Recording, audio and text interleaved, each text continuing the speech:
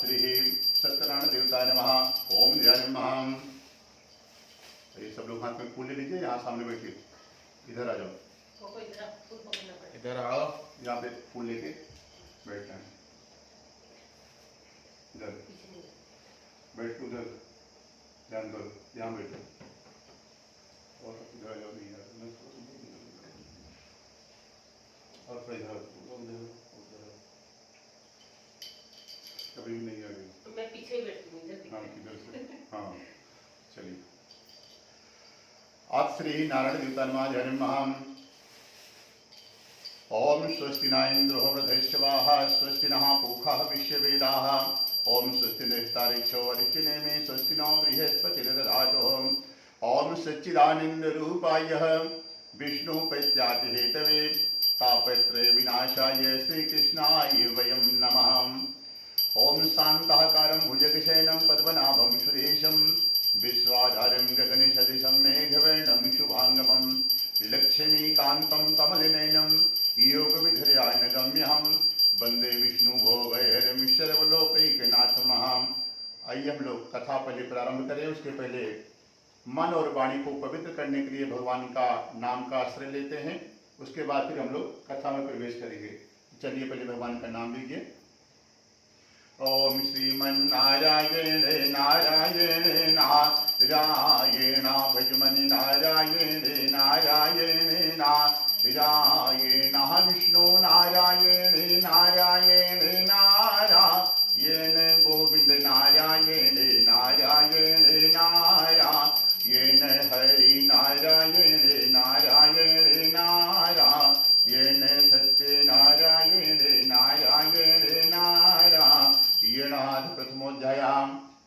एक समय की बात है, नैमिषारण्य तीर्थ स्थान पर सौनक आदि ऋषियों ने बैठ करके विचार कर रहे हैं कि कलयुग के मनुष्यों का उद्धार कैसे होगा, क्योंकि कलयुग के मनुष्य अपने अपने कर्मों से लोग बिछुड़ जाएंगे, सत्कर्म नहीं करेंगे, धार्मिक कार्य में उनका मन नहीं लगेगा और नाना प्रकार के जीवन में कुछ न कुछ ऐसे कार्य करते रहेंगे जिससे उनका पुण्य क्षीण होता रहे और धर्म ना बढ़े, जिससे धर्म ना करने से मनुष्य के जीवन में अशांति आ जाएगी, सबके घरों में कुछ न कुछ परेशानी बनी रहेगी।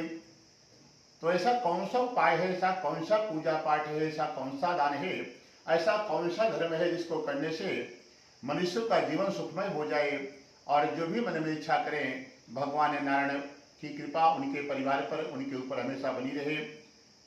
तो ऐसे विचार कर रहे हैं नैमिषारण्य तीर्थ स्थान पर सनकादिक ऋषि बैठ करके, परंतु किसी निराकरण पर नहीं पहुंच रहे थे। बड़े चिंतित हैं कि हम कलयुग के मनुष्यों के लिए ऐसा कौन सा उपाय बताएं। तब कहीं से उधर से ही श्री सूत जी महाराज जा रहे थे और उन्होंने देखा कि आज 88,000 ऋषि यहाँ पर कौन सी धर्म सभा लगा करके किस बात पर चर्चा कर रहे हैं, चलो चल करके देखते हैं। तो धर्म सभा में श्री सूत जी महाराज जैसे पधारे हैं, 88,000 ऋषि खड़े होकर के सबने उनको प्रणाम किया और सूत जी महाराज की उम्र बहुत छोटी थी, मात्र 16 साल के थे। और जो वहां पर ऋषि आपस में विचार कर रहे हैं, कोई 5,000 साल का था, कोई 10,000 साल का था, कोई लाखों वर्ष के थे, महात्मा बैठे हुए थे। जब सूत जी को सबने प्रणाम किया तो सूत जी के मन में थोड़ा संकोच हुआ कि हमारी इतनी कम उम्र है, लोग हमको क्यों प्रणाम कर रहे हैं। तब ऋषियों ने कहा कि हे मुनिवर, आप व्यास जी के शिष्य हैं, आपके पास गुरुदेव भगवान की बहुत बड़ी कृपा है और आप परम ज्ञानी हैं। हमारे सनातन धर्म का नियम है कि कोई धन में बड़ा होता है, कोई बुद्धि में बड़ा होता है, कोई ज्ञान में बड़ा होता है, परंतु हमारे सनातन धर्म का नियम है जो ज्ञानी की महिमा ज्यादा है, जो ज्यादा बुद्धिमान ज्यादा ज्ञानी है उसकी पूजा होती है। तो आप परम ज्ञानी है, इसलिए हमने आपको प्रणाम किया है। फिर सूत जी महाराज को आसन पे बिठाया गया। तब सूत जी ने कहा कि हे मुनिवर, आप लोग अपने इस दुख का कारण बताएं कि आप लोग इतना चिंतित क्यों हैं और किस कार्य के उद्देश्य से यहाँ पर यह धर्म सभा आज लगाई गई है। तो उन्होंने कहा कि हे मुनिवर, आप तो परम ज्ञानी हैं, आप सब कुछ जानते हैं, फिर यदि आप हमसे पूछना चाहते हैं तो हम आपको बताते हैं कि हम लोग इस बात से चिंतित हैं कि कलयुग के मनुष्यों का उद्धार कैसे होगा। क्योंकि वो धर्म कार्य यज्ञ पूजा पाठ नहीं करेंगे, न जाके जंगल में तपस्या करने वाले हैं, न कोई बड़ी यज्ञ जीवन में करने वाले हैं। फिर भी भगवान की कृपा उनके ऊपर कैसे प्राप्त होगी? कोई ऐसा छोटा उपाय बता दीजिए भगवान, जिससे कि वो मनुष्य कर लें और एक बार भी जीवन में नियम पूर्वक उसको कर लें तो हमेशा हमेशा के लिए उनके ऊपर भगवान की कृपा बनी रहे और संसार में जब तक रहे सब प्रकार की सुख सुविधा उनको प्रदान होती रहे और अंत में वो परम धाम को जाए, उनको नरक की यातना नहीं करनी पड़े। तब सूत जी ने कहा कि हे ऋषियों, आप लोगों ने आज बड़ी अच्छी बात पूछी है, जिस काम के करने से मनुष्य के सभी प्रकार के दुख दूर हो जाते हैं और सभी पुण्यों को प्राप्त कर लेते हैं। आज ऐसी कथा हम आपको सुनाने जा रहे हैं। कहते हैं एक बार की बात है कि नारद जी के मन में विचार आया कि चलो हम समस्त लोकों में भ्रमण करने के लिए जाते हैं। सभी लोकों में भ्रमण करते करते धरती पर आए और धरती पर आकर के देखा है जितने भी मनुष्य धरती पर जन्म लिए हुए हैं सब के सब दुखी हो रहे हैं किसी न किसी कारणवश। कोई तन से दुखी, कोई मन से दुखी, कोई धन से दुखी, सबकी अपनी अपनी समस्या थी। नारद जी ने पूरे धरती पर भ्रमण किया, सबका हाल चाल जानना चाहा तो कोई भी मनुष्य उनको सुखी नहीं मिला। आज नारद जी बड़े दुखी हुए क्योंकि वह सभी देवलोक में गए हुए थे भ्रमण करते। गणेश लोग गए, देवी लोग गए हैं, देवराज इंद्र के लोग गए हुए हैं, सभी लोगों में घूमते घूमते धरती पर आए। यहां पर सबका हाल चाल पूछा, कोई भी मनुष्य सुखी नहीं था। सुखी मिला भी तो उनको खाली साधु संत महात्मा जो थे धरती पर वही उनको सुखी मिले, क्योंकि जिसको कुछ पाने की इच्छा नहीं थी, न कुछ खोने का गम था, वही प्रसन्न थे। बाकी गृहस्थ जीवन में जितने भी लोग थे सब के सब दुखी थे। तो सभी ऋषियों ने कहा कि मुनिवर इसका कोई उपाय बताएं। तो नारद जी ने कहा, विनती किया तो सूत जी ने कहा कि ठीक है,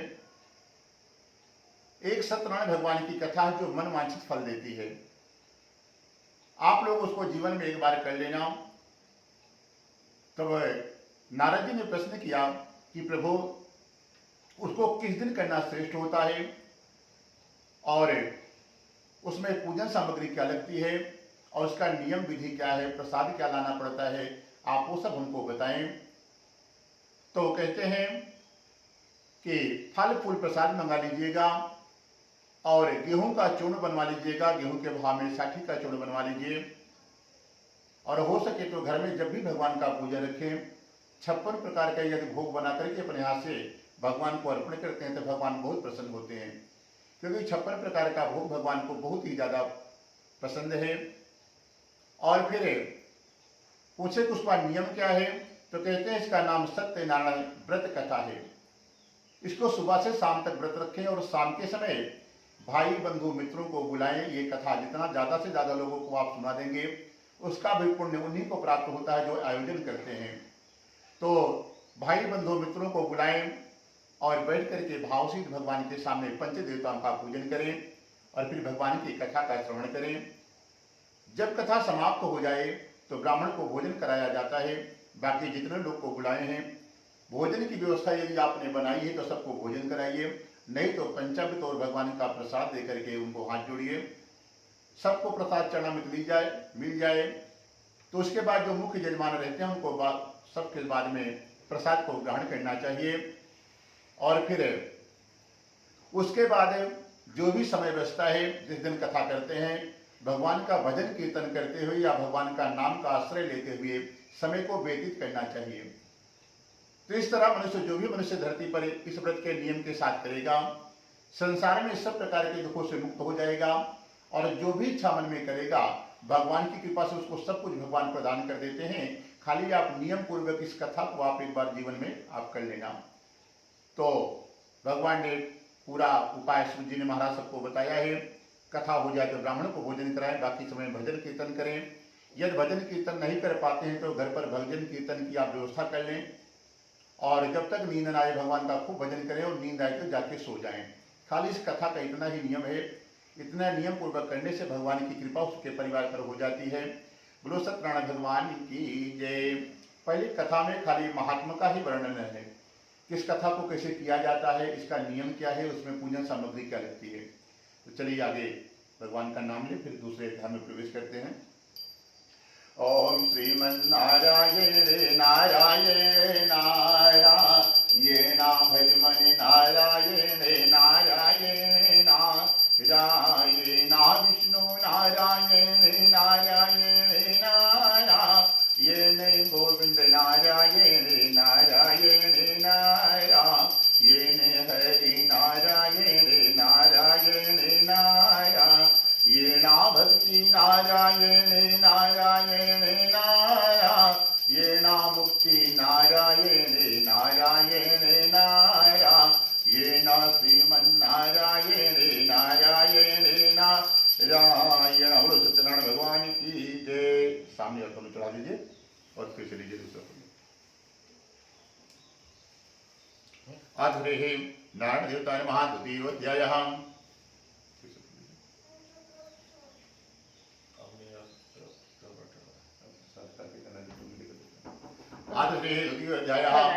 तब श्री सूर्य जी कहते हैं कि और आगे की कथा हम आपको सुनाते हैं, आप लोग ध्यान से सुनिएगा। एक समय की बात है, एक नगरी है काशीपुरी, वहां पर अत्यंत निर्धन ब्राह्मण रहता है और भूख और प्यास से बेचैन होकर के धरती पर घूमा करता था। और शतानंद ब्राह्मण धरती पर भ्रमण करते रहते थे, भिक्षा के लिए जाते हैं और उनको जो भी भिक्षा में मिल जाए उसको लाते हैं, शाम को पकाते खाते हैं पूरा परिवार। उनका नियम था कि 5 घर में ही भिक्षा मांगते थे, 6वें घर में नहीं जाते थे। कुछ खाने पीने का मिल गया तो ठीक है, नहीं तो खाली जल और पत्ते या जंगली फल खरीद करके खाते थे, लेकर के तोड़ करके खाते थे, क्योंकि उनके पास धन नहीं था कि जिससे वह उनके पास धन नहीं था कि जिससे वो खरीद करके खा सके। इससे वो बड़े दुखी रहते थे। तो उनका नियम था कि 5 घर में ही मांगना है और 5 घर में मांग करके आ जाते थे। इसी तरह प्रतिदिन किया करते थे। और नगर में जब भिक्षा मांगने जाए तो कोई उनको धन दान कर दे तो बड़े प्रसन्न होते थे, और जो कोई उनको दान नहीं देता था, कोई उनका अपमान कर दे, कोई भी उनका अपमान कर दे तो कभी वो दुखी नहीं होते थे, हमेशा प्रसन्न रहते थे। दरवाजा खोला ना इसके लिए। हमेशा वो प्रसन्न होते थे, कभी वो दुखी नहीं रहते थे। बस कुछ मत बोलिए, सब कुछ काट बोलो, खाली अफसान। तब भगवान के बहुत बड़े भक्त हैं शतानंदी महाराज, काशी में रहते हैं और वो भिक्षा मांगने के लिए जाते थे। कोई दान कर दे तो बड़े प्रसन्न होते थे, यदि कोई दान नहीं दे, खाली उनका अपमान करके अपने दरवाजे से भगा दे, तब भी उसको आशीर्वाद देकर के जाते थे, कभी दुखी होकर के नहीं जाते थे। तो इसी तरह प्रतिदिन किया करते थे। एक दिन की बात है, भगवान को बड़ी दया है कि बड़ा विचित्र ब्राह्मण है, इसके पास ना रहने के लिए घर है, ना पहनने के लिए कपड़े हैं, ना खाने की कोई भी व्यवस्था घर में है, फिर भी हर हाल में प्रसन्न रहता है, कभी दुखी क्यों नहीं रहता? क्योंकि हमने लोगों को इतना धन दे दिया है, बड़े बड़े गाड़ी से रहते हैं, बड़े बड़े बंगले में रहते हैं, फिर भी वो टेंशन में ही घूमते रहते हैं। टेंशन का मतलब समझते हैं, अंग्रेजी शब्द है टेन मतलब 10, सन मतलब सूरज। एक सूरज की गर्मी कितनी होती है, जिसके दिमाग में 10 सूरज की गर्मी चढ़ जाए वो भी कैसे रहेगा? तो बोले भगवान ने हमें सबको इतना इतना दे चुके हैं धन, फिर भी वो दुखी रहता है। परंतु इस ब्राह्मण के पास कुछ भी नहीं है, फिर भी ये प्रसन्न रहता है और कभी क्रोध नहीं करता। चलो इस ब्राह्मण से मिलकर के आते हैं। तो आज भगवान की इच्छा हुई, काशी में भगवान स्वयं आते हैं, ब्राह्मण का वेश महात्मा का बनाया है, और शतानंद के घर पर भगवान स्वयं जाते हैं। जाते के ब्राह्मण को पूछा कि हे ब्राह्मण देवता, आप धरती पर क्यों भ्रमण करते रहते हैं? आपकी कोई मजबूरी है या कोई आपने संकल्प लिया है कि हम इतना दिन तक भिक्षा मांग करके ही खाएंगे? तो उस ब्राह्मण शतानंद ने कहा कि हे भगवान, हे संत महापुरुष, आप जो कोई भी हो, पहले तो हमारा आपको प्रणाम है। हमारे पास कोई खाने पीने की कोई व्यवस्था नहीं है, न रहने का कोई व्यवस्था है, न पहनने के ढंग के कपड़े हैं। वो आपको दिख ही रहा है जिस वेश में हम हैं। आप इससे अनुमान लगा सकते हैं कि हमारे पास क्या हो सकता है। परंतु हमारे पास है कोई खाने की व्यवस्था नहीं है, जिसके लिए हम नगर में भिक्षा मांगने के लिए जाते हैं, उसमें कुछ धन मिल जाए तो हम अपने परिवार का पालन पोषण कर लें, परिवार के साथ शाम को दिन में जाते हैं, 5 घर में मिल गया तो ठीक है, नहीं तो खाली हाथ आ जाते हैं और जो मिलता है उसी को पका खा करके भगवान का भजन करते हैं पूरा परिवार। तब भगवान आज बड़े प्रसन्न हुए और कहा कि हे ब्राह्मण देवता, आप चिंता न करें। तो ब्राह्मण ने कहा कि हे भगवान, संत महापुरुष आप जो कोई भी हो, हमको ये बता दें कि हमारा दुख कैसे निवारण होगा, हमारे घर से गरीबी जाएगी कैसे। तो भगवान ने कहा कि एक सत्यनारायण भगवान की कथा है, वो मन वांछित फल देती है। जो भी मन में आप इच्छा करके संकल्प लेकर के उस पूजा का आप आयोजन करेंगे, वो कथा ही आपके सारे काम कर देगी। खाली एक बार अपने घर पर सत्यनारायण भगवान की आप कथा कर लीजिए। तब उसने पूछा कि उसमें सामग्री क्या लगेगी, क्या नियम है, क्या विधि है। तो भगवान ने उनको भी वही बताया कि आप सुबह से शाम तक व्रत रखिए, शाम के समय अपने भाई बंधु मित्रों को बुलाइए, बुला करके कथा का आयोजन करिए। जब कथा हो जाए तो ब्राह्मण को भोजन करा देना, बाकी बाद में आप लोग भोजन प्रसाद ग्रहण करना और जब तक नींद न आए भगवान का नाम लेते रहना। खाली इतना ही कहना है, इतना करने मात्र से ही भगवान सारे काम आपके कर देंगे। तब तो आज ब्राह्मण बड़ा प्रसन्न हुआ, भगवान ने पूरा उपाय बता करके घर से बाहर आते हैं और सीधे थोड़ी देर में अदृश्य होकर के वैकुंठ लोग चले जाते हैं। ब्राह्मण के भगवान के सामने ही ब्राह्मण ने संकल्प लिया कि इस व्रत को हम कल ही करेंगे। भगवान चले गए, सुबह से शाम हुई और रात में जब सतानंद सोने के लिए गया है तो उसको नींद नहीं आ रही थी। आज बड़े चिंता में है कि हमने भगवान के सामने पूजा करने का संकल्प तो ले ली है, परंतु हम करेंगे कैसे, हमारे पास तो खाने तक की व्यवस्था नहीं है। इसमें तो फल फूल प्रसाद लाना पड़ता है, ब्राह्मण को बुलाना पड़ता है, उसको दक्षिणा देना पड़ता है और इसमें पैसा लगता है, वो हम कैसे करेंगे, हमारे पास तो कोई व्यवस्था है ही नहीं। पूरी रात भगवान को हाथ जोड़ करके प्रार्थना करता रहा कि हे भगवान, आपकी पूजा कर पाना हमारी बस की बात नहीं है, परंतु हमने उस महात्मा के सामने संकल्प लिया है कि इसको कल करेंगे और हमको करना भी कल ही है। तो हे भगवान, जैसे भी हो सके अपनी पूजा आप हमसे करवा लेना, वो आपकी मर्जी। हम जैसे 5 घर में भिक्षा मांगने के लिए जाते हैं वैसे जाएंगे, उसमें आपको क्या कृपा करना है, कैसे करना है, आप जानिएगा।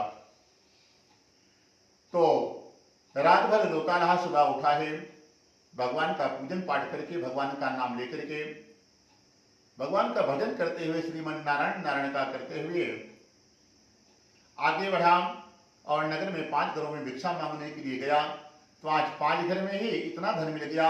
तब तो भगवान को बारंबार प्रणाम करता है कि वाह प्रभु, इसी नगर में हम हर दिन भिक्षा मांगने के लिए आते थे, आज तक हमको इतना धन नहीं मिला, आज आपकी कृपा से हमको इतना धन मिल गया है, आपकी बहुत बड़ी कृपा है। प्रतिदिन से बहुत ज्यादा धन मिल गया। तब तो बढ़िया बढ़िया पके केले के फल, शक्कर, घी, दूध, दही, गेहूं का चूर्ण इत्यादि सामग्री लाया है और भंडारे की भी व्यवस्था हो गई। तो सारी व्यवस्था बना करके बढ़िया भगवान के लिए 56 भोग बनवाता है। सुबह से शाम तक व्रत रखा, शाम के समय भाई बंधु मित्रों को बुलाया है, बुला करके भगवान की कथा का आयोजन किया। सब लोग आए हैं कथा में, कथा को सुने हैं और जब कथा समाप्त हो गई तो ब्राह्मण को भोजन कराया गया। बाकी सब लोग भोजन प्रसाद देने के बाद जो मुख्य यजमान सतानंद था उसने भी भोजन प्रसाद किया और भगवान का भजन करते हुए समय को व्यतीत किया। और अगले दिन ही भगवान ने ऐसी कृपा कर दी, उनके पास बहुत सा धन का आयोजन हो गया। भगवान ने कहीं से दिला दिया, जिससे रहने और खाने की सारी व्यवस्था सतानंद ने बना लिया है। तब ऋषियों ने कहा, कुछ ब्राह्मण की कथा करने के बाद और किसने कथा पर कहां पर यह आयोजन किया है वो भी हम जानना चाहते हैं। कहते हैं कि उसी नगर में एक लकड़हारा भी रहता था और सुबह से शाम तक लकड़ियां बेचता था और जो धन मिल जाए उसी से अपने परिवार का खर्चा चलाया करता था। एक दिन की बात है कि लकड़हारा लकड़ी बेचते बेचते सुबह से शाम हो गई, उसकी लकड़ियां नहीं बिकी हुई हैं। आज लकड़हारा बड़ा दुखी हुआ और रास्ते में उसको भूख और प्यास लग गई। उसके पास पैसे नहीं था कि कुछ दुकान से खरीद करके खा सके। आज बड़ा चिंतित हो रहा है। तब रास्ते में एक ब्राह्मण का घर दिखाई पड़ा और वहां पर सोचा कि चलो मांग करके देखते हैं, कुछ मिल गया तो जलपान कर लेंगे।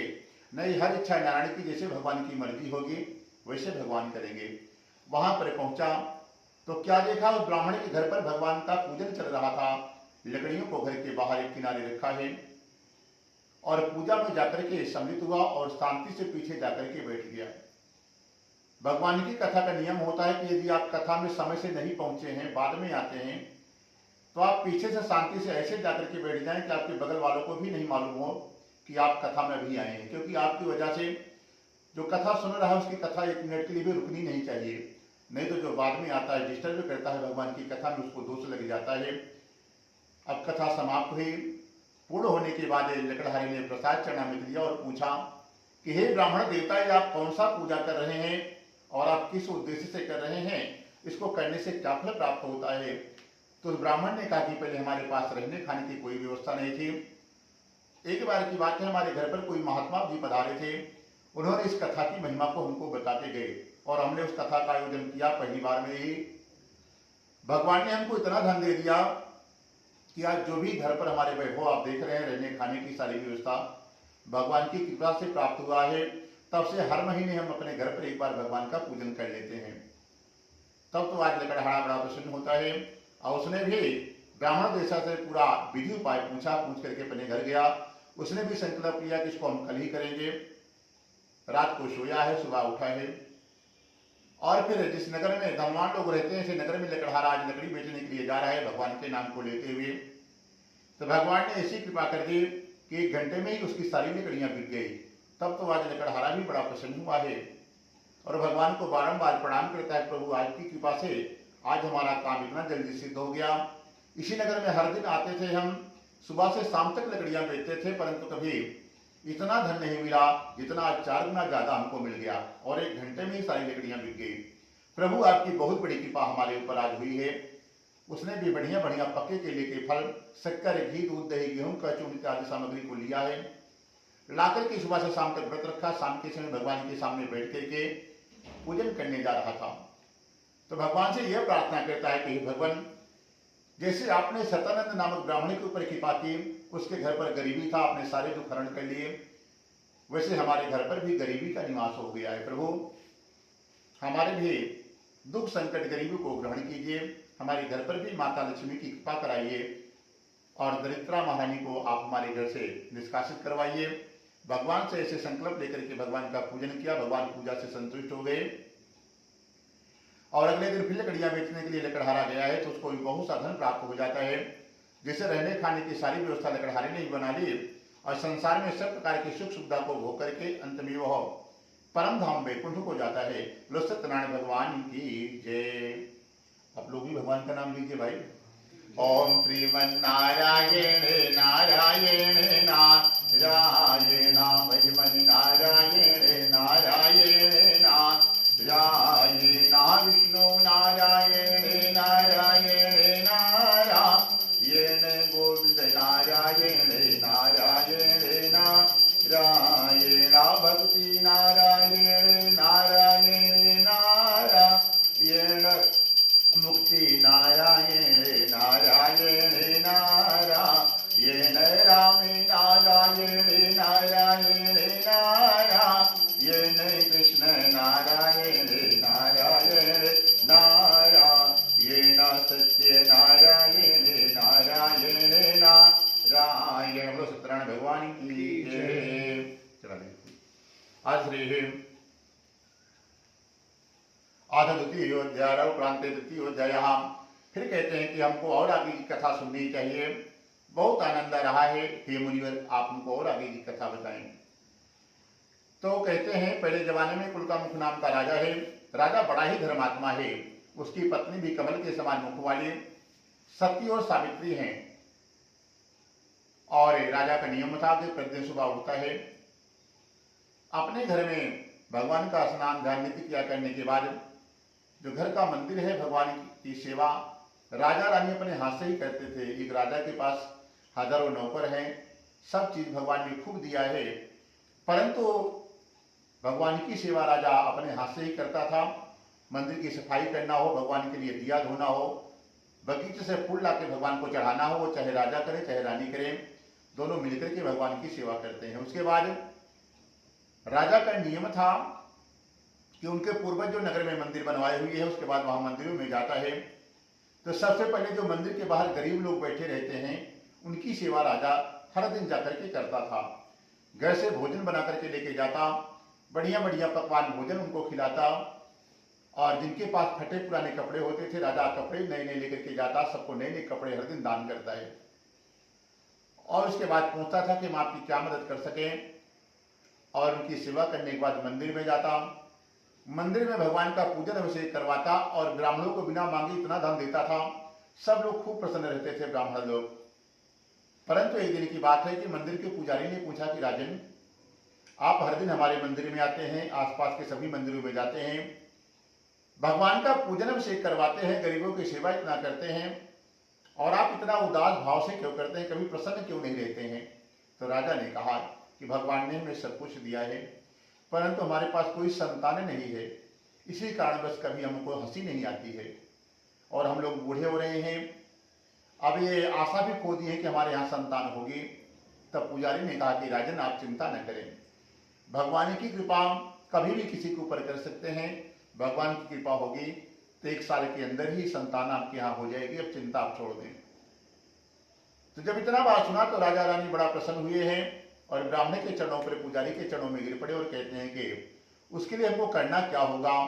तो पुजारी ने कहा कि राजन, एक सत्यनारायण भगवान की ऐसी कथा जो मन वांछित फल देती है, जो भी आप मन में इच्छा करके इस कथा को करेंगे, वो कथा ही आपकी सब मनोकामना को पूर्ण कर देती है। और कहते हैं कि संतान पाना है, इस कथा को किसी पवित्र नदी के किनारे करना होता है, या कोई नदी का संगम हो, वहां पर इस कथा का आप आयोजन करें, सुबह से शाम तक व्रत रखें, शाम के समय अपने भाई बंधु मित्रों को बुलाएं, बुला करके वहां पर जाएं, जाकर के बैठ करके भगवान की कथा को सुने। जब कथा पूर्ण हो जाए तो ब्राह्मणों को भोजन करा देना, जितने लोग जाएंगे आपके साथ। राजन, उनके लिए भी नदी के ही किनारे भोजन की व्यवस्था आप कर देना, और उसके बाद में आप लोग भोजन प्रसाद वहां पर करना, फिर घर आ जाना। घर आने के बाद एक नियम और करना है, जब तक आप सोएंगे नहीं तब तक भगवान के नाम को लेते रहना है, भगवान का भजन करना है। इतना करने मात्र से ही आपकी समस्त मनोकामना पूर्ण हो जाएगी। पूरा उपाय सुनकर के राजा रानी वापस घर आते हैं। आकर के अपने मंत्री को बुलाया, मंत्रियों को कहा कि हमारे नगर के पास में जो भद्रशिला नामक नदी है, वहां पर कल हम लोग भगवान श्री सत्यनारायण की कथा का आयोजन करेंगे। एक काम करो, आप जाइए उस नदी के किनारे बढ़िया साफ सफाई करवाइए, कोई विद्वान ब्राह्मण की व्यवस्था करिए जो हमारे बढ़िया को पूजन को संपन्न कर दे, हमको बढ़िया से कथा सुना दे। मंत्रियों ने बढ़िया ब्राह्मण की व्यवस्था कराई। नदी के किनारे बढ़िया वेदी मंडप सजाया गया है। अगले दिन राजा रानी सुबह से शाम तक व्रत रखे हैं, और शाम के समय अपने भाई बंधु मित्रों के साथ राजा गया है, बैठकर की भगवान की कथा को सुन रहा था। कथा सुन ही रहा था, उसी नगर में एक साधु नामक बनिया था, अभी शाम के समय व्यापार से अपने घर के लिए जा रहा था। देखा ये तो हमारे नगर का राजा है, जो शाम के समय घर से बाहर नहीं निकलता है। आज इतनी देर तक ये कौन सा पूजा नदी के किनारे कर रहा है, चलो चल करके देखते हैं। साधु बनिया ने नाव को किनारे ठहरा जाए। राजा जहां पर पूजन कर रहा था वहां पर आया, और वो भी शांति से पीछे बैठ गया, भगवान की कथा को सुना है। जब कथा पूर्ण हो गई, प्रसाद मिल गया, तो राजा को आकर के साधु बनिया ने प्रणाम किया और कहा कि हे राजन, इतने भक्ति भाव से आप कौन सा पूजा कर रहे हैं और आप किस उद्देश्य से कर रहे हैं, कृपया करके आप हमको बताएं। तो राजा ने कहा कि हमारे घर पर कोई संतान नहीं है, एक संतान पाने के लिए हम लोग यहाँ पर नदी के किनारे आज पूजा कर रहे हैं।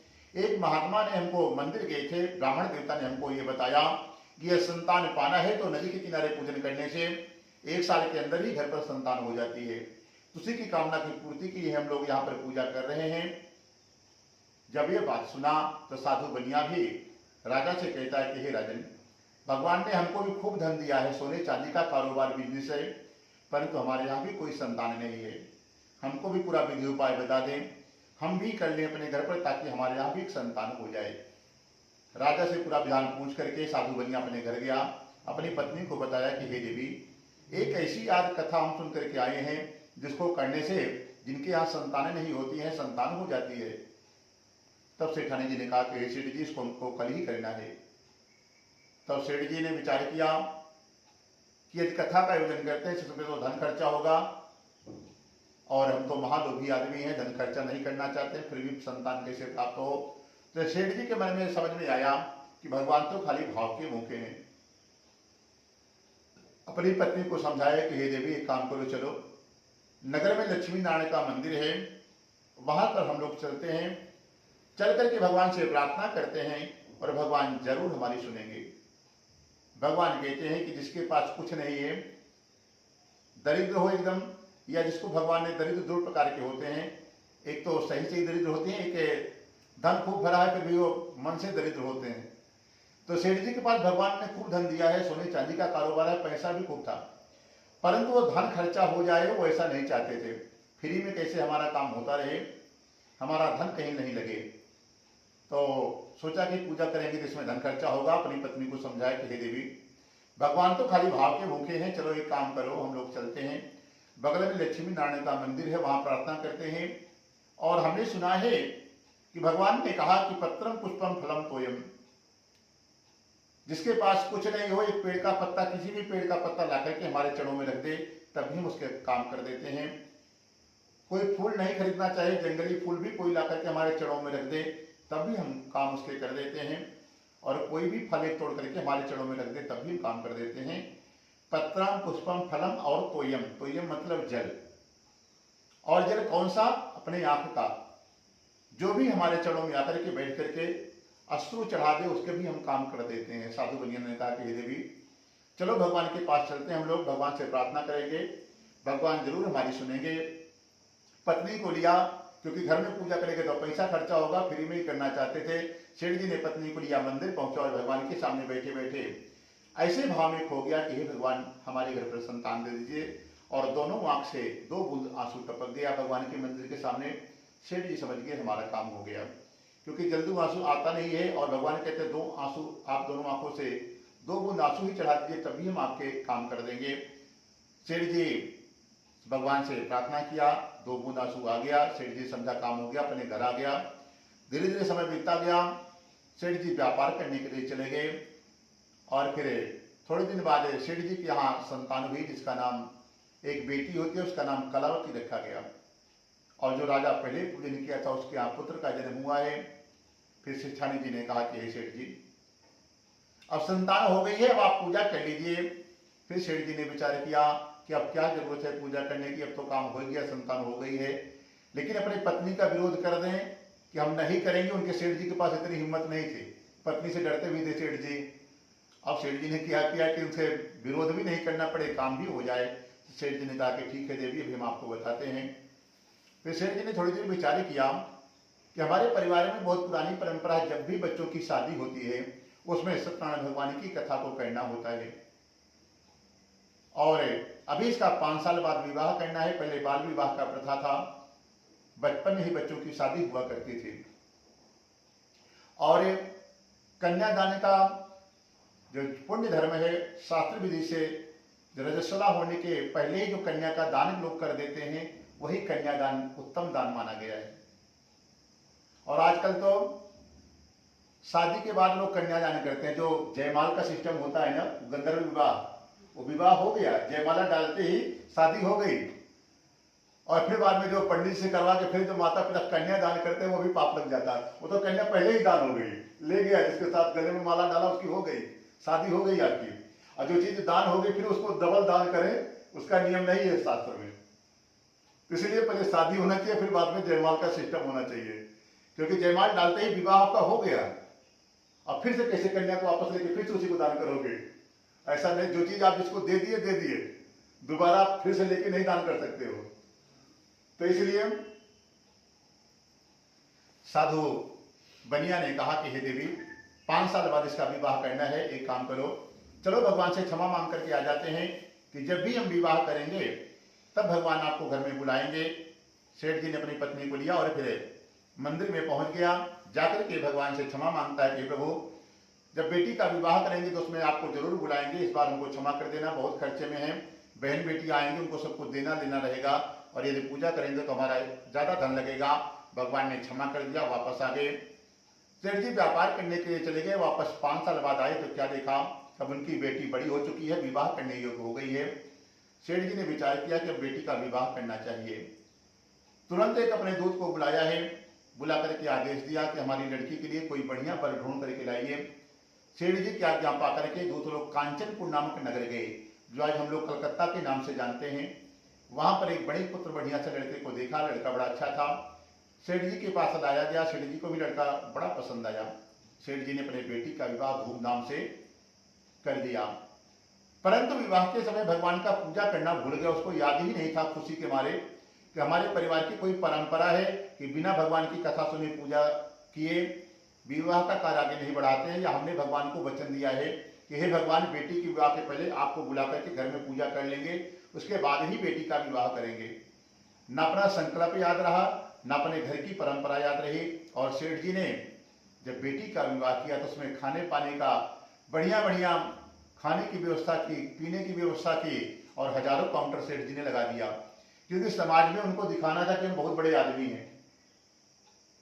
और साधु बनिया ही नहीं, संसार के जितने भी मनुष्य हैं, कोई धर्म काम में कहीं जहां लाख 50,000 या 10-20 हजार लगना है वो काम नहीं करता है मनुष्य।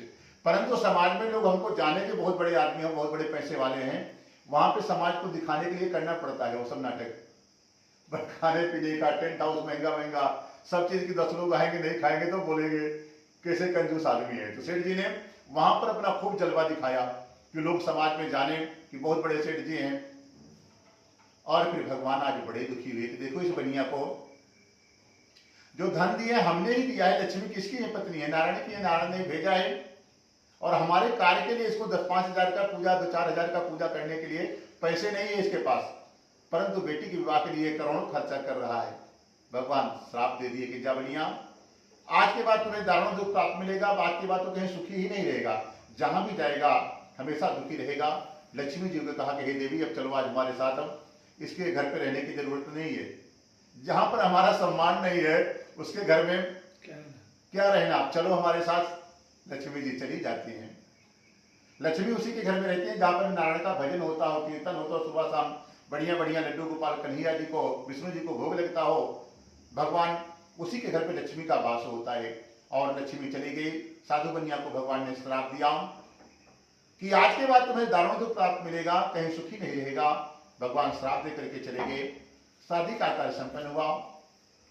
सेठ जी के पास एक ही बेटी थी, तो लड़का भी घर में ही साथ में रहता था। और वापस एक दिन विचार किया कि चलो एक काम करो करते हैं, हम लोग शादी में बहुत धन खर्चा हो गया, फिर से व्यापार को प्रारंभ करते हैं। तो नाम में सोना चांदी रखा, व्यापार करने के लिए सेठ जी अपने जमाई के साथ आज कहाँ पहुंचे हैं? रत्नपुर नगर, जो अभी हम लोग रत्नागिरी के नाम से जानते हैं। तो वहां पर पहुंचे हैं। भगवान का श्राप सेठ जी को लगा था। जिस दिन वहां पर पहुंचे हैं उसी दिन राजा ने भगवान के यहाँ चोरी करा, भगवान ने राजा के यहाँ चोरी करा दी। और सेठ जी का जो राजा का धन लेकर के चोर लोग भाग रहे हैं। और भगवान ने सिपाहियों को भी खबर कर दिया कि तुम्हारे राजा के यहाँ चोरी हो गई है। चोर धन लेकर के भाग रहे थे, पीछे से सिपाही दौड़ रहे थे। चोरों को लगा कि यदि हम धन लेकर के भागते हैं तो पकड़े जाएंगे, धन को कहीं छिपाते हैं। तो रास्ते में ही साधु बनिया उसी दिन उस नगर में पहुंचा हुआ था। रात का समय था, सो रहा है। तो चोरों ने समझा कि कोई खाली नाव खड़ी है, चलो इसी में धन छिपा देते हैं, भाग जाते हैं, सुबह आकर के धन ले लेंगे नाव से। तो जैसे नाव में धन छोड़ करके भाग गए, पीछे से सिपाही आए और साधु बनिया और जमाई नाव के बगल में ही सो रहा था। सिपाहियों ने देखा और कहा कि लगता है यही दोनों चोर हैं, क्योंकि अभी ये सामने ही भाग रहे थे और कहीं चोर सामने दूर नहीं गए होंगे। एक ने कहा कि एक काम करो, पहले हम लोग तलाशी लेते हैं कि यदि राजा का धन चोरी किया है तो धन भी कहीं आसपास ही छिपाया होगा, धन कहीं दूर लेकर के नहीं भागा होगा। अभी जैसे सिपाही ने तलाशी ली, राजा का धन साधु बनिया के नाव में ही चोरों ने रखा था, सारा धन मिल गया। तुरंत साधु बनिया को खूब बढ़िया से पिटाई हुई, क्योंकि भगवान का श्राप लगा था। जमाई की भी पिटाई हुई, बंदी बना करके राजा के पास लाया गया। राजा ने पूछा तुमने हमारे यहाँ चोरी की है? साधु बनिया बार बार सफाई दे रहा है कि हमने आपके यहाँ चोरी नहीं की है। परंतु जब भगवान की कृपा जिसके ऊपर नहीं होती है उसकी कहीं भी बात नहीं सुनी जाती है। जा पर कृपा राम की हुई, ता पर कृपा करें सब कोई। जब तक भगवान की कृपा आपके पास है तभी तक आपके पास धन वैभव संपदा, जहां भी जाएंगे समाज में मान सम्मान इज्जत होगा। जहां भगवान ने अपनी कृपा आपके ऊपर से हटाई, कोई बात आपको सुनने वाला नहीं है, कितना भी आप सही बोलिए, सब आपको झूठा ही समझेगा। साधु बनिया की बात कोई नहीं समझा और राजा ने कहा कि इसको कठिन कारावास में डाल दिया जाए, इसका सारा धन छीन लिया जाए और जेल में डाल दिया गया। अगले दिन साधु बनिया क्या हुआ, लक्ष्मी तो चली गई थी, तो घर पर ये सोना चांदी जो रखा था, भगवान ने ऐसी कृपा की कि घर पर भी चोरी हुई, सारा धन लेकर के चोर चले गए, खाने पीने तक का सामान नहीं छोड़ा।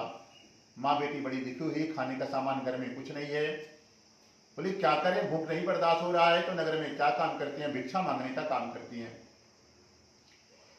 सुबह निकलती थी माँ बेटी, नगर में भिक्षा मांगती थी, जो भी धन मिलता था उसको ला करके पकाती खाती थी और फिर इसी तरह प्रतिदिन क्या करती थी। एक दिन की बात है, साधु की बेटी कलावती भिक्षा मांगते मांगते नगर में एक ब्राह्मण के घर गई भिक्षा मांगने के लिए। तो वहां क्या देखा, भगवान का पूजन चल रहा है, बैठ करके भगवान की कथा में सम्मिलित हुई और जब पूजा पूर्ण हुआ, प्रसाद मिला तो वापस घर आई। ये कथा शाम को ही होती है, तो होते होते थोड़ा रात हो गई। साधु की बेटी भिक्षा मांग करके शाम को आई तो आज उनकी माँ बहुत नाराज हुई। अरे बेटी, हर दिन तो तू शाम को वापस आ जाती थी, इतनी रात कैसे हो गई, कहाँ गई थी, तेरे दिमाग में क्या चल रहा है। तब कलावती ने कहा कि हे माता, मैं एक ब्राह्मण के यहाँ भिक्षा मांगने के लिए गई थी। वहां पर यह बताया गया था, पंडित जी ने कथा में बताया था, ये भगवान की कथा में आप सम्मिलित हो जाएं तो जब तक भगवान का चरणामृत प्रसाद आपको न मिल जाए वहां से उठ करके नहीं जाना चाहिए, नहीं कुछ न कुछ अशुभ समाचार या कुछ न कुछ परेशानी उसी दिन उसके घर पर आती है। इसीलिए वहां से नहीं आई। जब ये बात सुना तो माता को भी संकल्प याद आ गया कि हे बेटी, हम लोगों ने पूजन का संकल्प बहुत पहले लिया था, तुम्हारे पैदा होने के पहले से ही, और हम लोगों ने भगवान का पूजन नहीं किया। कहीं भगवान तो नहीं नाराज हो गए हैं। एक काम करो, जो कुछ हो गया हे बेटी, काम हम दोनों चलते हैं भिक्षा मांगने के लिए, जितना धन मिलेगा उसी से छोटे रूप में ही घर पर भगवान का पूजन कर लेते हैं और भगवान से एक बार क्षमा मांग लेते हैं। भगवान जरूर अपराध को क्षमा करेंगे। अगले दिन माँ बेटी गई नगर में भिक्षा मांगने के लिए।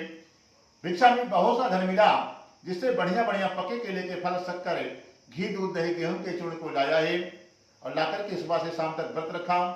शाम के समय भाई बंधु मित्रों को बुलाया है और बुला करके सब लोग बैठ करके भगवान की कथा को सुन रहे थे और भगवान से ये प्रार्थना कर रहे हैं कि हे भगवान, मुझसे या मेरे परिवार से किसी से भी यदि कोई आपका अपराध, हम लोगों से अपराध हो गया हो तो हे नाथ, हे नारायण, पूरे परिवार की तरफ से हम आपसे क्षमा मांगते हैं। भगवान से क्षमा मांगी, भगवान पूजा से संतुष्ट हो गए। पूजा के बाद विसर्जन किया गया कि जो जहां से देवता आए हैं सब लोग अपने अपने स्थान को जाएं। सारे देवता अपने स्थान को चले गए। भगवान नारायण प्रसन्न हो गए थे, भगवान नारायण वैकुंठ नहीं गए। आज जहां साधु बनिया बंदी बनाया गया है वहां पर भगवान जाते हैं। जाकर के भगवान ने दर्शन दिया उस राजा को। जब सपने में राजा चंद्रकेतु सोया और कहा भगवान ने कि हे राजन, जिन दोनों को वैश्यों को आपने अपने जेल में बंद कर लिया है वो दोनों निर्दोष हैं, व्यापारी हैं। कोई चोर धन आपका चुरा करके इनकी नाव में रख दिया था, जिससे आप इन्हीं को चोर समझ बैठे हैं। ये दोनों चोर नहीं है, निर्दोष हैं। सुबह होते ही इनको अपने जेल से छोड़ देना और जितना धन लियो उससे दुगना धन देना है, क्योंकि ये लोग व्यापारी हैं, बनिया जात के हैं। अभी तक फ्री होते तो धन को दोगुना कर दिए होते। अब तुम्हारी जिम्मेदारी है कि इनको धन दोगुना करके देना है। नए नए वस्त्र आभूषण दे देना और अपने नगर से विदा कर देना।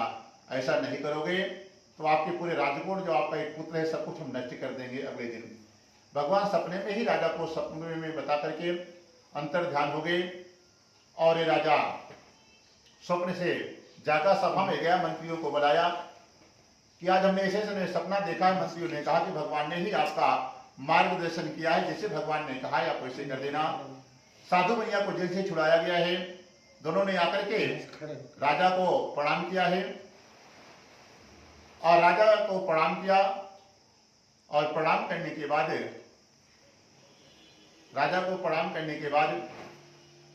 राजा अपने मंच से खड़ा हुआ और कहता कि हे महान भावों, भावी बस तुम्हें इतना दुख प्राप्त हो गया था, अब हमारी तरफ से आपको कोई भय नहीं है। भगवान इसे सपने में बता करके गए थे, नए नए कपड़े दान कर देना। साधु बनिया को जेल से छुड़ाया गया, सभा में लाया गया, नए नए कपड़े दान किए गए। जितना धन लिया था राजा ने 2 गुना धन दान करके अपने नगर से विदा कर दिया और दोनों वैसे अपने अपने घर के लिए चलते हैं। इति सत्यनारायण कथयामा तृतीय अध्याय। बोलो सत्यनारायण भगवान की जय। ओम श्रीमन्नारायण नारायण नारायण भजमन नारायण नारायण नारायण हरि नारायण नारायण नारायण गोविंद नारायण नारायण नारायण राम नारायण नारायण नारायण श्रीमन्नारायण नारायण नारायण बद्री नारायण नारायण नारायण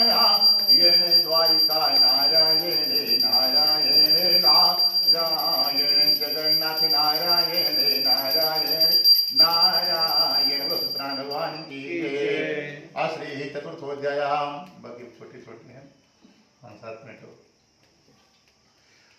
तब जब जेल से छुड़ा दिया गया, भगवान ने कृपा कर दी, साधु बनिया को जेल से छुड़ा दिया, उनके जमाई को भी छुड़ा दिया। अब दोनों बड़े प्रसन्न हैं कि चलो व्यापार भी नहीं करना पड़ा और राजा ने धन भी 2 गुना दे दिया, चलो घर घूम करके आते हैं।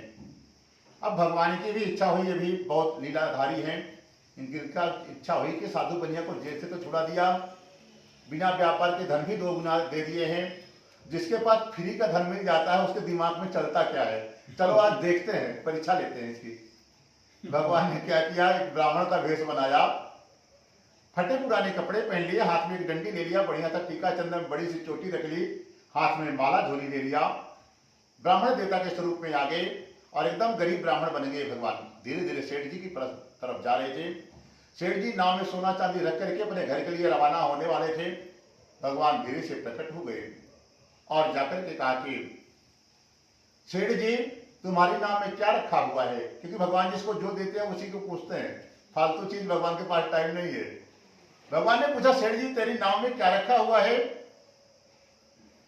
तब साधु ने भगवान को डांटा, अरे दरिद्र ब्राह्मण क्यों पूछता है, क्या धन लेने की इच्छा है, मेरी नाव में बेल पत्ता भरा हुआ है।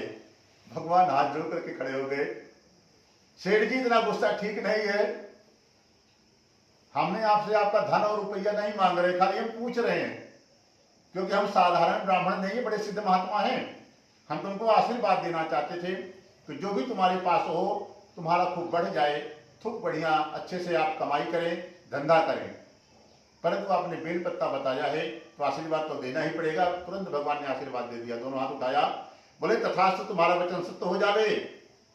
तुरंत सब बेल पत्ता सोना चांदी बन गया। भगवान आगे बढ़े, एक फटिक शिला था, पत्थर रखा था, भगवान वहीं पर विराजमान हो गए और माला झूली लिया अपना, ओम नमः शिवाय ओम नमः शिवाय भजन करने लगे। सेठ जी ने सोचा चलो इस ब्राह्मण से पीछा छूटा, आगे बढ़े, नहीं फिर कोई आ जाएगा मांगने वाला। जब नाव की तरफ मुड़ करके देखा तो जितना भी सोना चांदी था सब बेलपत्ता हो गया। बेलपत्ता देखते ही सेठ जी को हार्ट अटैक आ गया, वहीं पर गिर पड़े।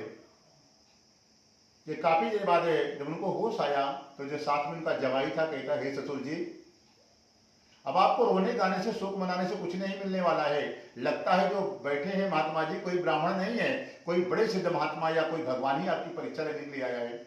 एक काम करो, जाओ उनके चरणों में शरणागति लो, प्रणाम करो, क्षमा मांगो, हो सकता हो आपके ऊपर कृपा कर दें, नहीं तो आपने जितना धन क्षण भर में गंवा दिया है, कई जन्म लग जाएंगे तब भी आप इतना धन नहीं कमा पाओगे। जमाई के समझाने के बाद भगवान के चरणों में जाता है, त्राहिमाम करके लेट गया, भगवान से क्षमा मांगे, भगवान प्रसन्न हो गए। तब भगवान से कहता है कि हे प्रभु आज हमसे बहुत बड़ा अपराध हो गया है, हमने झूठ बोल दिया, हमारे नाम में बेल पत्ता नहीं सोना चांदी रखा था। तो भगवान ने कहा कि देख जो कर दिया।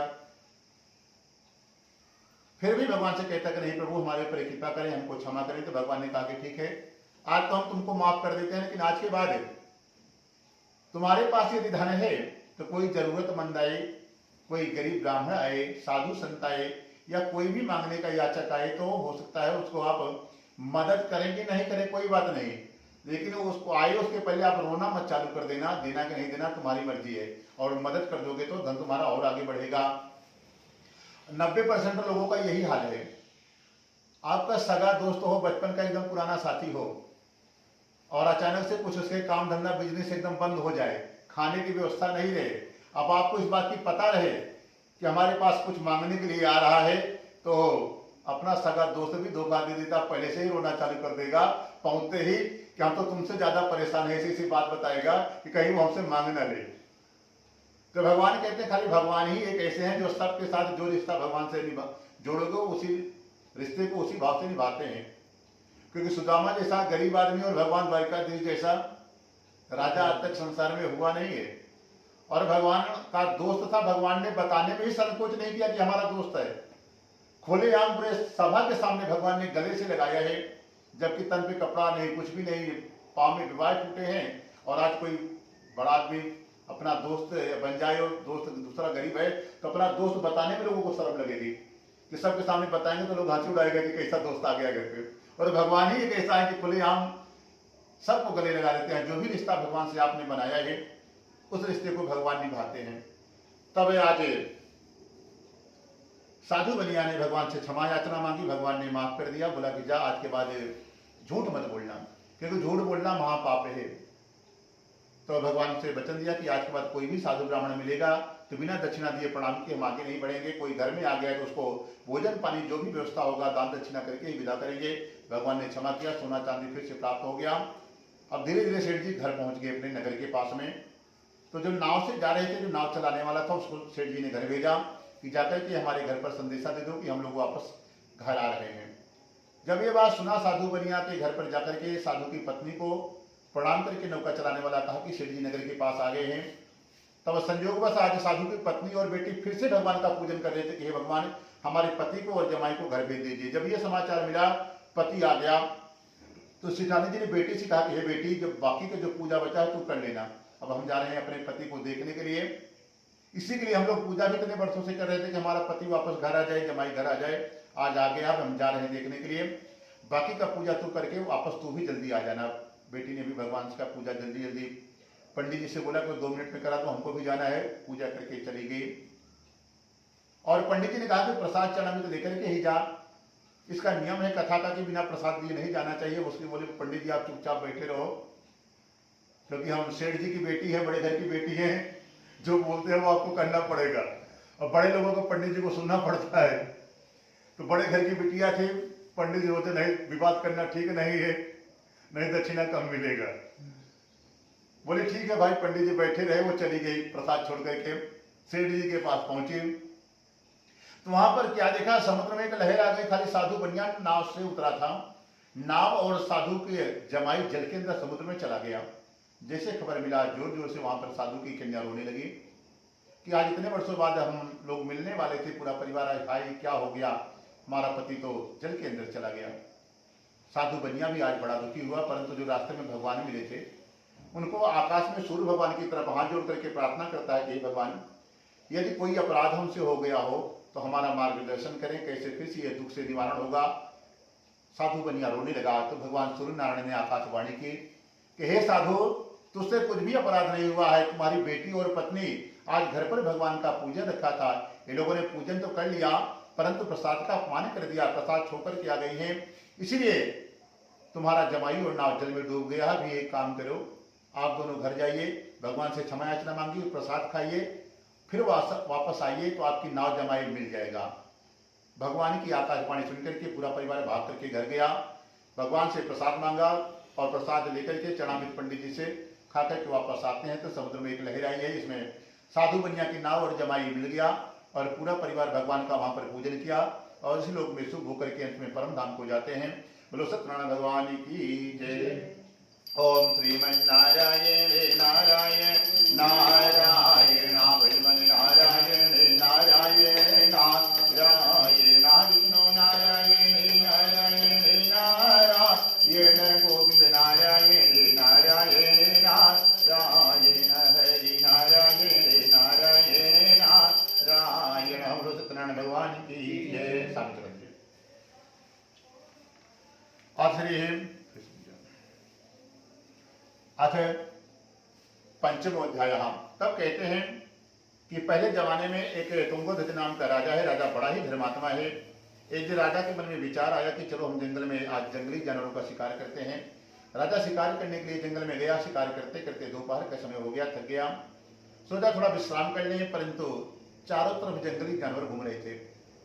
तो काफी देर बाद घूमते घूमते राजा को एक सुरक्षित जगह दिखाई पड़ा, वट वृक्ष था, वहां पर देखा कि काफी ग्वाल बाल लोग बैठे हुए हैं। थोड़ी देर बाद देखता है कि वो बच्चे लोग आपस में पूजा खेल रहे थे, भगवान की फोटो रखी है, कलश रखा है, प्रसाद रखा है। तो राजा देख करके वहां पर नहीं गया कि हम ज्यादा पढ़ा लिखे आदमी हैं और ये लोग गाय चराने वाले हैं, गाय चराने वालों को लोग हल्का फुल्का समझता है, गरीब आदमी है, और हम राजा हैं, हमारे पास कुत्ता बिल्ली चिड़िया हम पालते हैं, बहुत बड़े आदमी है। राजा वहां पर नहीं गया, न ही भगवान को प्रणाम किया। और थोड़ी देर बाद जब पूजा समाप्त हुआ तो जो बालक लोग पूजा कर रहे थे उसने सोचा कि कोई बात नहीं, हमारे नगर का राजा है, राजा भगवान का ही स्वरूप होता है, हमारे पास आया कि नहीं आया, एक काम करो, पहले हम लोग इसको प्रसाद देते हैं, फिर बाद में हम लोग प्रसाद को ग्रहण करेंगे। छोटा सा बालक भगवान के प्रसाद को लेकर के राजा को देने के लिए गया। परंतु राजा के मन में वही अहंकार था कि हम बहुत बड़े आदमी हैं, ये लोग छोटी जाति का है, इनके हाथ का प्रसाद हम कैसे लेंगे। उस बालक को राजा ने डांट करके भगा दिया और वही प्रसाद ला करके भगवान के चरणों में, रख देता और बालक रोने लगा। आज भगवान को बड़ा दुख हुआ। भगवान का जितना छोटा बालक भगत होगा उतना ही जल्दी भगवान उसके ऊपर प्रसन्न होते हैं।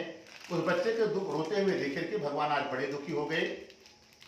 किस राजा की इतनी बड़ी हिम्मत, क्योंकि हम राम अवतार में आए थे धरती पर, तो सबसे छोटी जाति कोलभील की होती है, माता शिवरी सबसे छोटी जाति की थी और उन्होंने भगवान को जूठे बेर खिलाए थे। भगवान ने भाव से खाया था और भगवान ने कहा कि तो बालक लोग तो जूठा भी नहीं खिला रहे थे, हमारा भोग लगा हुआ प्रसाद दे रहे थे इसको, और हम तो चक्रवर्ती सम्राट थे, पूरे विश्व के राजा थे राम जी, खाली इंडिया के नहीं थे, पूरे विश्व के राजा थे।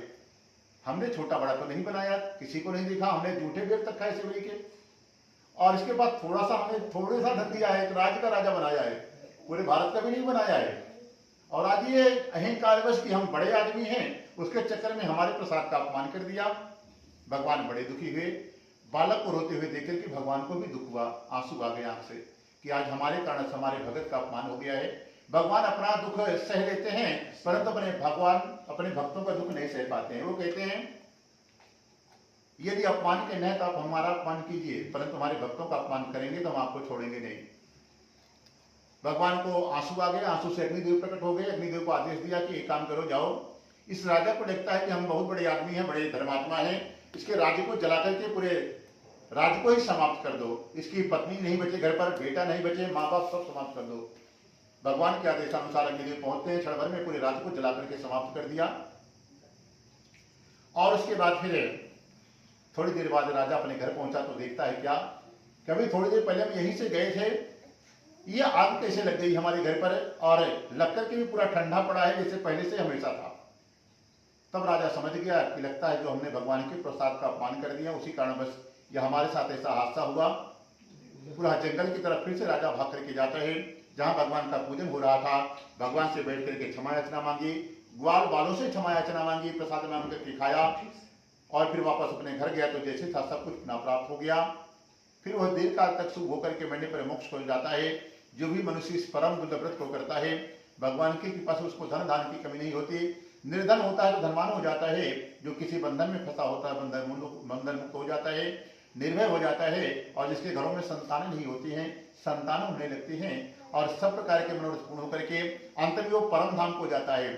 जिसने भी एक बार इस कथा को किया है नियम पूर्वक, उसको कभी शरीर शांत होने पर नरक नहीं जाना है, भगवान के धाम को ही चलना है, वैकुंठ धाम। इस कथा की यह महिमा है। बोलो सत्यनारायण भगवान की जय।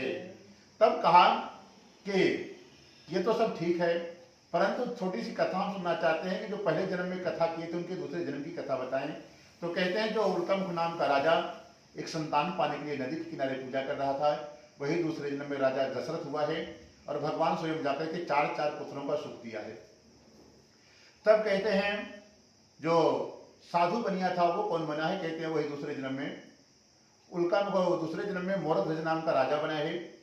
भगवान ने उनके पुत्र की परीक्षा लेकर के आरे से काट करके, वो भी भगवान की परीक्षा में सफल हुआ और वो भी परम धाम को जाता है। कहते हैं लकड़हारा कौन बना है, कहते हैं निसारद राज वही दूसरे जन्म में बनते हैं। भगवान राम के चरणों को धुल करके वो भी परम धाम को जाते हैं। बोलते हैं वो काशी का गरीब ब्राह्मण वो कौन बना है, कहते हैं वही दूसरे जन्म में सुदामा जी बने थे। भगवान कृष्ण की परम भक्ति करके वो परम धाम वैकुंठ को जाते हैं। तो कहते हैं जो राजा भगवान के प्रसाद का अपमान कर दिया वो कौन बना है, कहते हैं वही शंभु मनु होते हैं। बहुत से भक्तों को भगवान की भक्ति में लगा करके अंत में परम धाम को जाते हैं। बोलो सत्यनारायण भगवान की जय। ओम माता नारायण पिता नारायण माता नारायण पिता नारायण गुरु नारायण नारायण नारायण भगवान नारायण नारायण नारायण सूर्य नारायण चंद्र नारायण सूर्य नारायण चंद्र नारायण तारे नारायण नारायण नारायण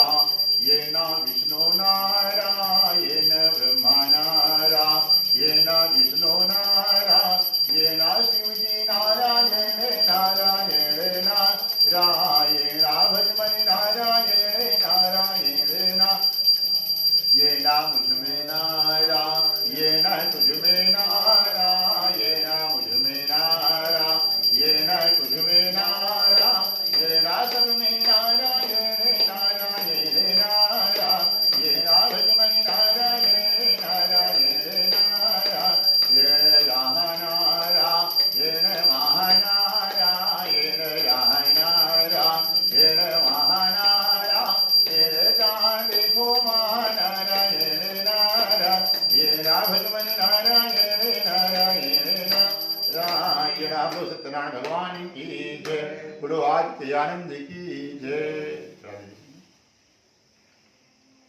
अपने सामने थोड़ा थोड़ा जल गिरा के मस्तक में लगा के भगवान को प्रणाम करके खड़े हो जाइए।